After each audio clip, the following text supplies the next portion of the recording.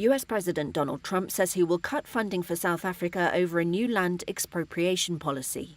South Africa defended itself on Monday against attacks on the policy by Trump and his billionaire backer Elon Musk, who was born in South Africa. Without citing evidence, Trump said on Sunday, quote, certain classes of people in South Africa were being treated very badly. That's under investigation right now. We'll make a determination.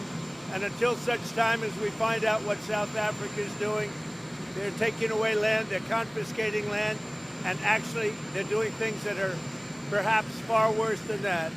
South African President Cyril Ramaphosa said in a statement he looked forward to engaging with Trump to find a better and common understanding over the issue. Last month, he signed into law a bill that would make it easier for the state to expropriate land in the public interest.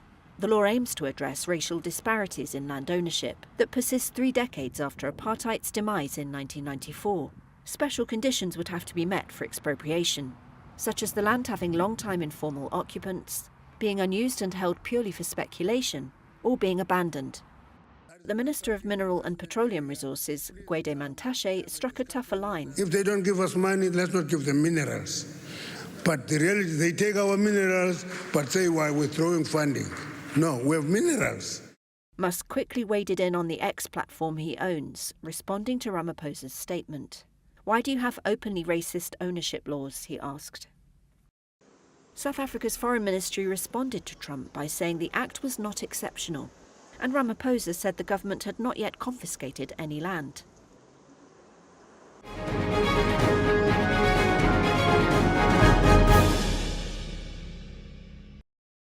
U.S. President Donald Trump paused new tariffs on Mexico for 1 month after Mexico agreed to reinforce its northern border with 10,000 National Guard members to stem the flow of illegal drugs.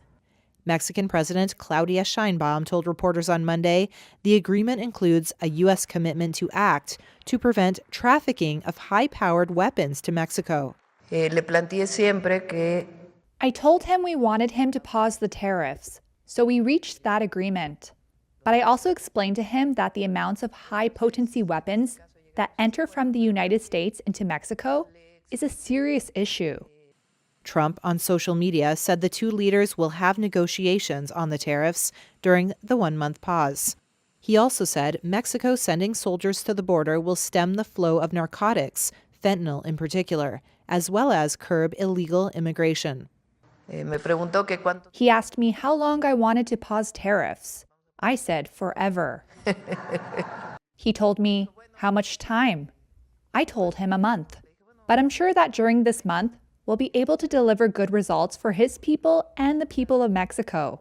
The two leaders spoke by phone on Monday as a midnight tariff deadline loomed.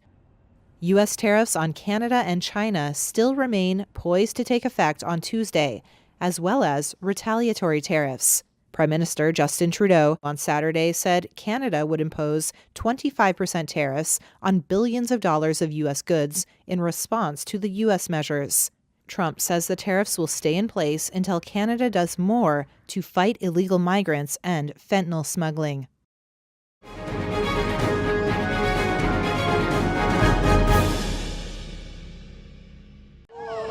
It was a reunion 15 months in the making.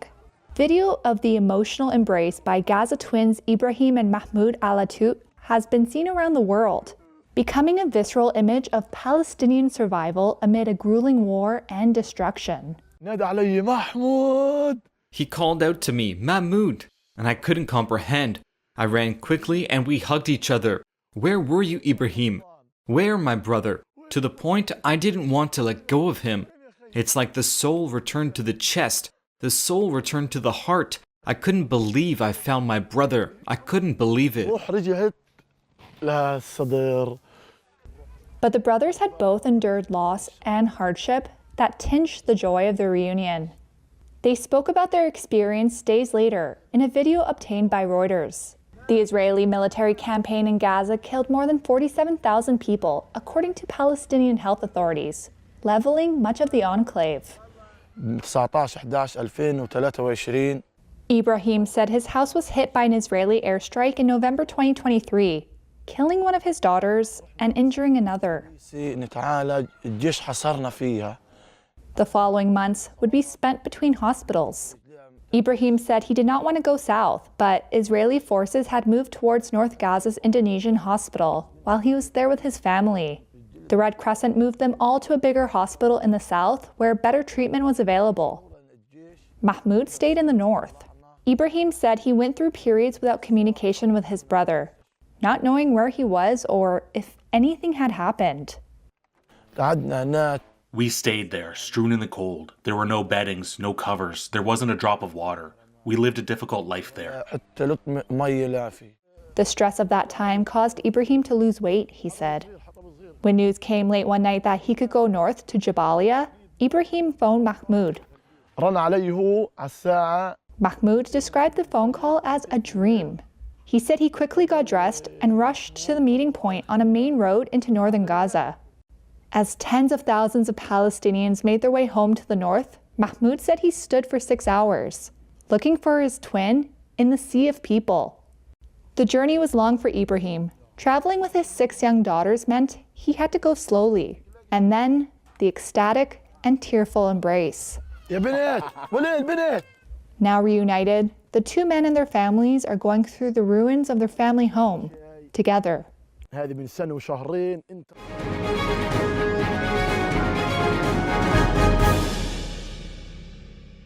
High up in the Dolomites, in the town of Cortina d'Ampezzo, the heat is on. The famous Italian ski resort is preparing to co-host the 2026 Winter Olympic Games, but there are concerns it won't all be ready in time. The town is up against a March deadline to complete a sliding centre for athletes booked in to test it for the first time. But finishing the centre, which will stage Olympic bob, skeleton and luge competitions, is giving local organisers a headache, especially because climate change has meant natural snow is in short supply. But despite the risk of losing the sliding events to the US's Lake Placid, which has been designated as a long-distance backup, Mayor Gianluca Lorenzi is staying positive. There are backups for everything, but it's not worth taking them out. As of today, the plan B for the bob races does not exist because it has been made clear the sliding centre is being built here. Although the International Olympic Committee had suggested using existing venues in neighbouring countries, the Veneto region and the national government ultimately opted for a full rebuilding of Cortina's Eugenio Monti track. Named after an Italian bobsleigh racer who won 2 silver medals at the last Winter Olympics held there in 1956, the revamped site has an estimated cost of $123 million. But critics argue it risks being a white elephant. Here's activist Marina Menardi. We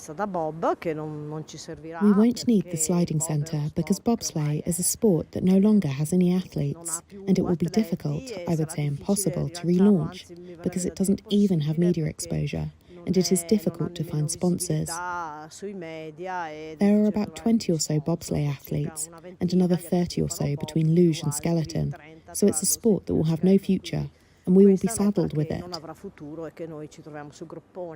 The return of the Games to Europe comes when climate change and rising temperatures are posing an existential threat to many of the region's traditional skiing centres.